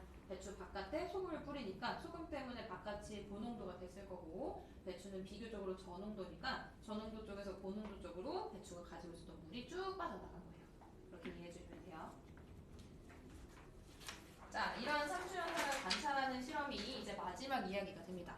오씨, 오늘 너무 빠른데? 뒤에 것까지 할수 있겠는데? 시험 봐야겠다. 어쩔 수 없네. 자, 바로 세포에서의 삼투까지 한번 볼게요. 너무 부러지니? 괜찮니? 괜찮아요, 시원이? 안 괜찮아? 쉬는 시간 했다가 아니면 한 번 해? 이 정도 이렇게 그냥 해? 여기까지는 이게 근데 끝이야 우리. 이거 하고 나면 빨리 끝나면 안 돼요? 안 돼요. 시험 볼 거예요. 30분 문제 풀고 30분 일찍 가면 안 돼요? 왜요? 빨리 그러면 끝나서. 시험을 잘 보세요. 시험 봐요? 시험 봐야지. 지오 시스템 봐야지. 오늘요? 네. 지금요? 이거 끝나고. 봐야지. 안 돼, 안 돼, 얘들아. 안 돼. 봐야 돼. 아, 맞다. 혹시 시험 시간표? 나왔니? 그거 나오면 나왔는데 안 보내줘. 나왔어. 요즘에 있구나. 혹시 몇째 날에 봐요? 저희 첫째 날이요. 아, 월요일. 정말요? 네. 그러면 우리 수업 시간에 집가면 되겠다. 오히려 좋다. 긍정적으로 생각해야 돼. 뭐라고 했지 마? 한국사요. 아, 다행이다.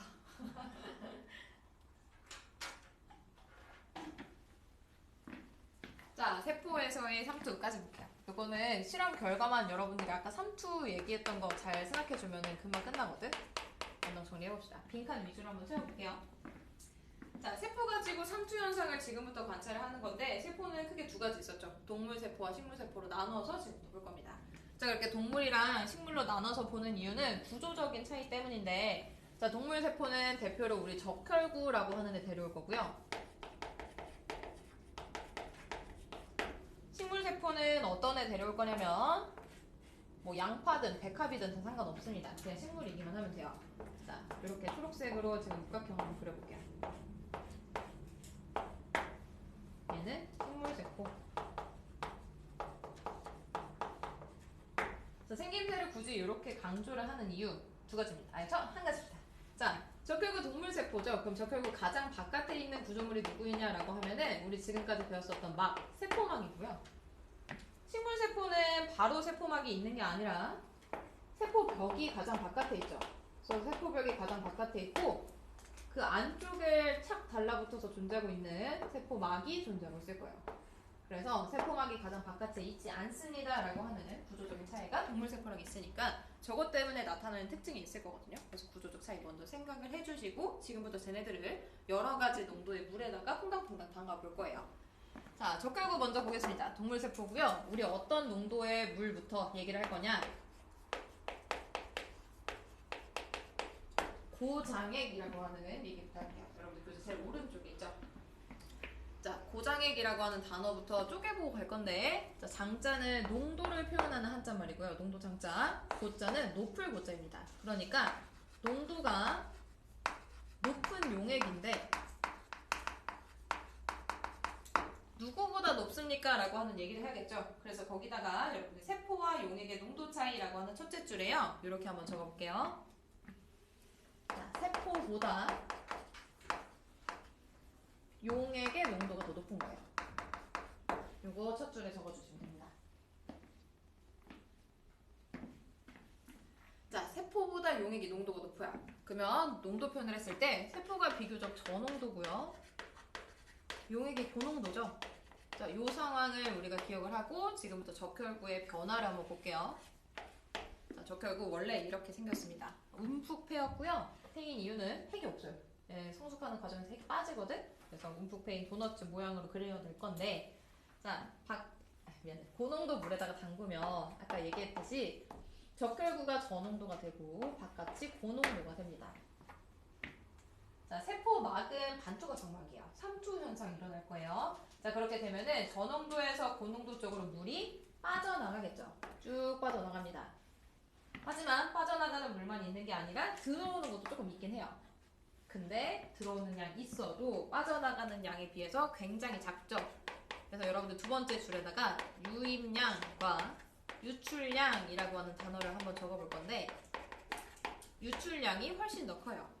그래서 세포 바깥으로 세포 안쪽에 있던 물이 빠져나가게 될 겁니다. 자, 그렇게 안쪽에 있는 물이 쭉쭉쭉쭉 빠져나가요. 그러면 세포막 안쪽에는 사실 물이 많아가지고 부피 동그랗게 만들고 있었는데 그 물이 빠져나가니까 모양새가 어떻게 변하느냐? 이렇게 쭈글쭈글 쪼그라듭니다. 그래서 부피 변화, 부피가 감소합니다 라고 적어주면 돼요. 우리도 부피 감소라고 적어볼게요.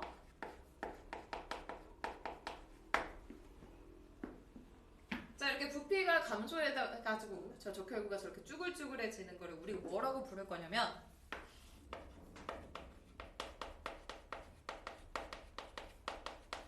적혈구가 쭈그러든다 이게 답니다. 물론 이거를 설명하는 단어 크리에이션, 뭐는 축혈 현상 뭐 이런 단어들이 있긴 한데 그건 우리가 배우진 않고요. 그냥 쭈그러든다 정도로만 봐주시면 돼요. 쟤네들은 나가는 물의 양이 훨씬 많아서 적혈구 모양이 변함 이렇게 읽어주시면 됩니다. 자, 이어서 식물세포도 같이 볼게요. 자, 식물세포도요 똑같이 고장액에다가 담글 거고요. 고장액은 정의 다시 한 번 더. 세포가 가지고 있는 농도보다 용액의 농도가 더 높은 용액을 말해요. 그럼 저농도가 또 세포고 고농도가 용액이죠. 아까 배추 절이는 거 우리 생각해 볼 거야. 자, 배추 절이는 과정에서요. 원래 멀쩡한 배추 세포가 이렇게 있었을 거예요.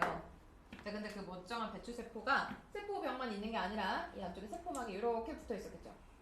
세포막이 세포벽이랑 착 달라붙어 있습니다. 이게 정상 세포.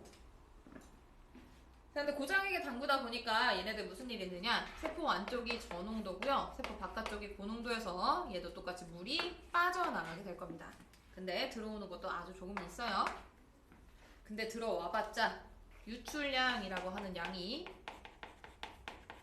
그러니까 밖으로 빠져나가는 양이 들어오는 양에 비해서 훨씬 더 커서 점점점 세포 안쪽을 채우고 있었던 물이 감소하게 될 거예요. 자, 그렇게 감소하게 되면은 요 녀석도 모양 변화가 일어나게 될 텐데, 자, 모양 변화 일어날 때 주의할 거. 식물세포는 세포벽을 가지고 있습니다 라고 하는 거 꼭 기억을 해주실 겁니다. 그래서 세포벽은 변화가 없어요. 왜냐면 단단한 구조물이거든요. 그래서 물이 빠져나가든 말든 간에 그대로 그 상태로 있는데, 자, 물이 빠져나가게 되니까 누가 변하게 되느냐? 세포막이 쭈그러듭니다. 그래서 아까는 세포막이랑 세포벽이 착 예쁘게 달라붙어 있었는데 물이 빠져나가면서 세포막 안쪽이 쭈그러들다 보니까 세포벽이랑 세포막이 분리되는 현상이 일어나요. 자, 얘네들 하나만 더 현상 이름 먼저 볼게요. 자, 이렇게 세포막과 세포벽이 분리되는 현상 뭐라고 얘기를 해줄 거냐? 원형질 분리라고 하는 단어 한번 적어볼 거고, 이거 우리 단어로 바꾸면은 세포막 분리라고 얘기해도 돼요. 둘 다 같은 말입니다.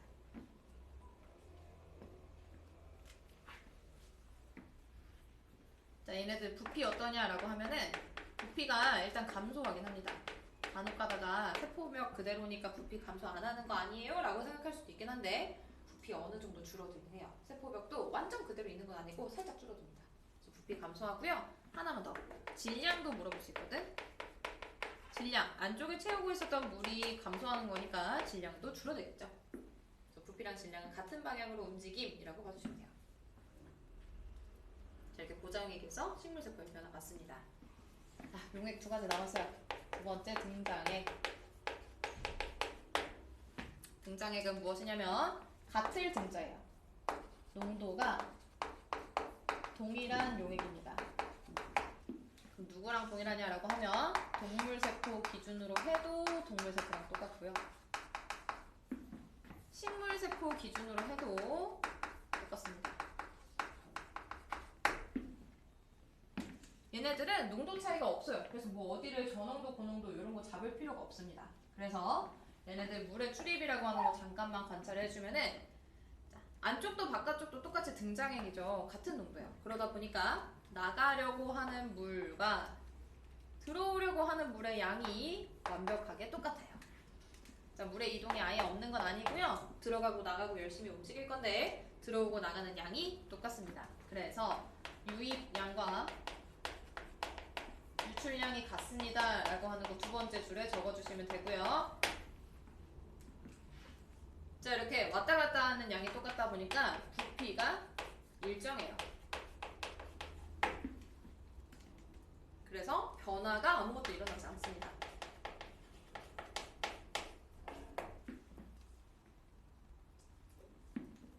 자, 이러한 규칙은 식물세포에서도 동일하게 나타나겠죠.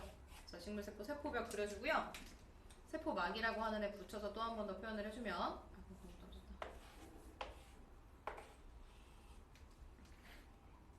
자, 얘네들 들어오고 나가는 물의 양이 똑같죠. 들어오고요. 나갑니다. 물의 양이 같아요. 그래서 이 녀석들은 유입량과 유출량이 또 한 번 더 같은 상태이기 때문에 그래도 당연히 부피가 변하지 않겠죠. 혹시라도 질량 물어본다 라고 해도 질량도 일정할 겁니다. 등장액은 별로 재미가 없어요. 그래서 등장액에선 대신에 여러분들 유의할 거 이거 물의 이동이 없지 않다. 그러니까 있다 라고 하는 거 꼭 기억해 주시면 됩니다. 요거만 물어볼 것 같아요. 부피 변화가 없다 보니까 물 분자 이동 안 하는 거잖아 라고 하는 식으로 물을 수 있는데 아니고요. 물 분자 이동해요. 마지막으로 저장액. 저장액은 낮을 저자 쓴 거고요. 농도가 낮은 애들라고 해서 농도가 낮은 용액이라고 적어볼 건데 당연히 누구보다 낮은가라고 했을 때 세포가 오히려 고농도고 용액이 저농도인 상태를 얘기를 하겠죠. 식물세포에서도 마찬가지. 세포가 오히려 고농도고요. 용액이 저농도인 상태를 얘기를 합니다. 자, 적혈구 변화 봐야겠죠. 우리 식물세포 변화도 봅니다. 자, 세포가 고농도니까 바깥쪽에서 물이 열심히 들어올 거예요. 그래서 아까랑 다르게, 그러니까 고농도 때랑 다르게 물이 들어오는 양이 훨씬 더 많을 거고요. 나가는 양이 오히려 적습니다. 자, 그렇게 유입량과 유출량이라고 하는 비교해주면은 빠져나가는 양보다는 들어오는 양이 훨씬 더 많게 돼서 적혈구 안쪽에 점점 부피가 늘어나게 되겠죠. 그래서 이렇게 팽팽해지게 커져요. 자, 이렇게 커진 상태에서도 농도 차이가 아직 해결이 안 됐다라고 하면은 물이 더 들어올 수 있습니다. 그렇게 들어오다 보면은 세포막은 그렇게 단단한 구조물이 아니기 때문에 더 이상 견디지 못하고 펑 하고 터져버리는 현상이 일어날 수 있는데요. 자, 그 현상을 우리가 뭐라고 부를 거냐? 녹아서 터져가지고 피 흘리고 있습니다. 라고 용열 현상이라고 불러줄 거고요. 얘네들 부피는 증가라고 일단 적어주시면 돼요. 부피 일단 증가를 합니다. 터지기 전까지는. 그러고 나서 터질 수 있어요 라고 하는 거 예외적으로 봐주시면 되겠죠. 그래서 용혈 현상이라고 하는 단어 꼭 기억을 해주세요. 자, 식물세포 마지막. 자, 식물세포 세포벽 가지고 있고요. 안쪽에 세포막이 이렇게 딱 달라붙어 있을 텐데 자, 얘네들도 세포 안쪽이 고농도다 보니까 바깥쪽에서부터 안쪽으로 들어오는 물의 양이 훨씬 더 많을 겁니다. 자, 그렇게 들어오다 보면은 얘네들도 부피 변화가 있을 건데요. 자, 세포벽을 가지고 있기 때문에 적혈구랑 다르게 세포벽이 그나마 조금 단단하게 버텨줄 거거든. 그래서 늘어나는 거에 좀 한계가 있어요. 그래서 팽팽하게 늘어나 있는 상태이긴 한데 적혈구처럼 터지는 일까지 발생하진 않고요. 그냥 팽팽하게 늘어나 있습니다 라고 하는 현상을 여러분들이 관찰을 하게 될 거고 그러한 현상을 우리 팽윤 현상이라고 부르는 거예요. 그죠?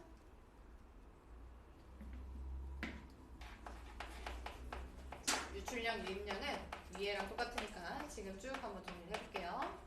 자, 들어오는 물의 양이 나가는 물의 양보다 훨씬 더 많을 거고 당연히 부피도 증가할 거고요. 질량도 물어본다라고 하면 질량도 당연히 증가하게 됩니다.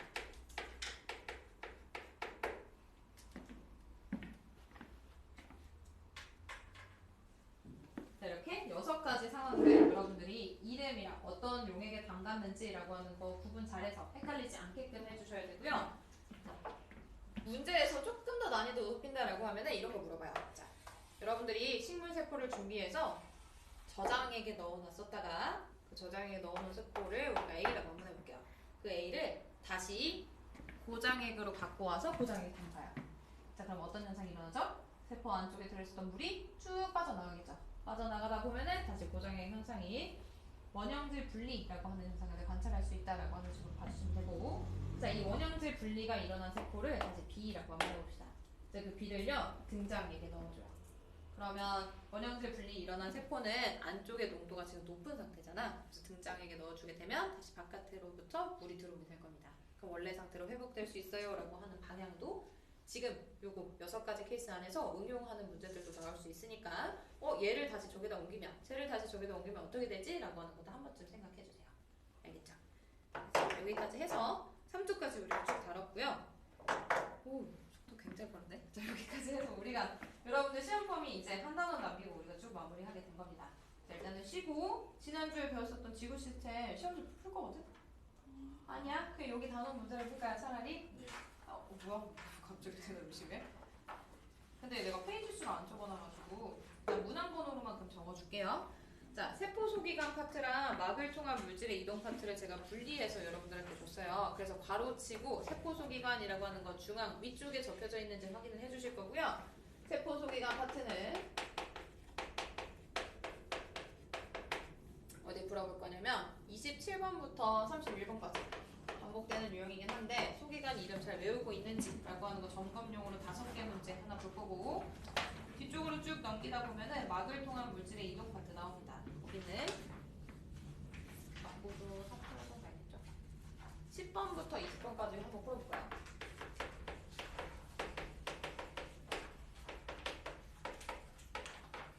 문제수 좀 많긴 한데 어쨌든 우리 문제 풀자라고 얘기했으니까 이 정도 한번 볼게요. 일단 먼저 쉬고 이따가 한 8시 5분부터